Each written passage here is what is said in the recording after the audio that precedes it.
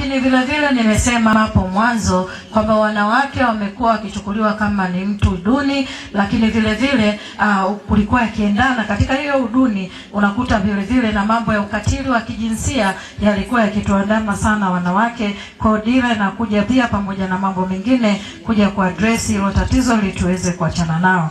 Lakini vile vile kuhamasisha ushiriki wa wanawake katika ngazi ya uongozi inatupa chachu ya kwamba inawezekana. Lakini pia tunaye rais wetu mpendwa Dr. Samia Suluhu Hassan ambaye pia ni kielelezo katika taifa hili ya kwamba kumbe mwanamke ana nafasi na ana uwezo mkubwa wa kuongoza taifa, sio ngazi tu hizi za chini, mpaka taifa tunaweza. Tumelishuhudia hilo katika mara ya kwanza katika taifa letu la Tanzania, na hii yote inafanya ili kuwajengea uwezo pia hata wasichana wetu warembo wamekaa pale, wanafunzi na wenyewe pia wakiona wana rais mwanamke, hata wanaposoma inawapa moyo ya kwamba wanaweza na wenyewe kuwa viongozi hapo baadaye. Wanawake oye! Wanawake safi! Tunaweza. Tunaweza kabisa. Kwa hiyo mkiangalia katika kuendana na kauli mbiu hii ambayo tuko nayo, tunajua serikali yetu imekuwa ikifanya mambo mengi sana.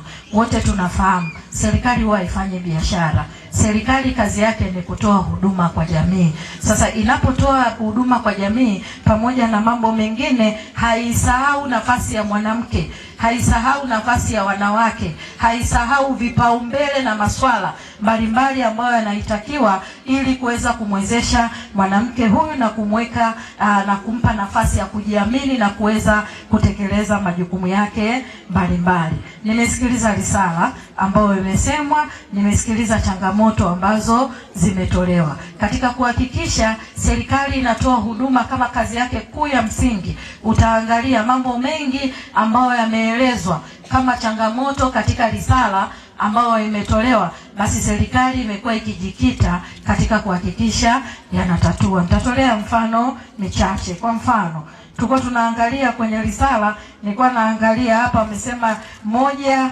ya changamoto zilizopo ni elimu duni. Nafikiri umetumia ni upungufu wa elimu bora kwa wasichana, hususan elimu ya sekondari.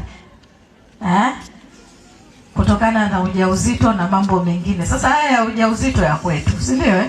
Hayo ya kwenu wanafunzi huko. Lakini serikali kazi yake katika kutoa huduma ni kuhakikisha ya kwamba inatoa elimu bora.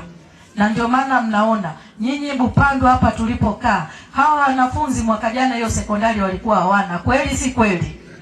Hii ni sekondari mpya kabisa ambayo imeanza na ni sekondari ambayo ni mmoja ya kielelezo cha sekondari ambayo ni full package.